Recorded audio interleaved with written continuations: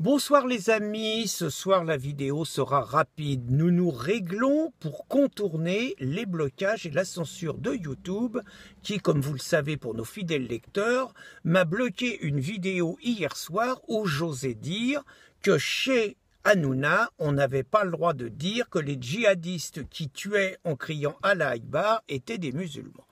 Je vais donc partir du fait que Matteo Salvini, ministre de l'Intérieur en Italie, s'est permis de dire que dans son pays, quiconque se permettrait de se réjouir du passage à l'acte d'un djihadiste en Italie ou dans d'autres pays européens serait expulsé immédiatement. Nous, en France, c'est les droits de l'homme, il n'y a pas de problème. Nous, en France, c'est la démocratie, c'est pas comme en Italie, ils sont méchants, eux. Donc nous, en France, on accepte que 29% des 11 millions de musulmans affirment préférer les lois de la charia aux lois de la République.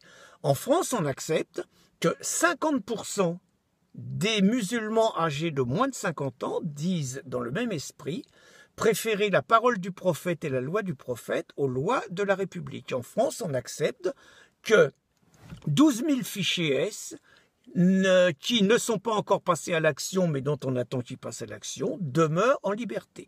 En France, Nicole Belloubet, ministre de la Garde des Sceaux, va libérer 500 djihadistes revenus d'Irak et de Syrie en 2019 qui pourront, exactement comme un shérif Shekat, passer à l'acte à un moment donné et être qualifiés de déséquilibrés. Eh bien, je vous l'avoue, mes amis, vraiment, définitivement, je préfère les vrais populistes aux droits de l'hommistes qui nous envoient à la mort. Au revoir, les amis, et ce soir, chaîne russe, YouTube, terminé. Allez, au revoir.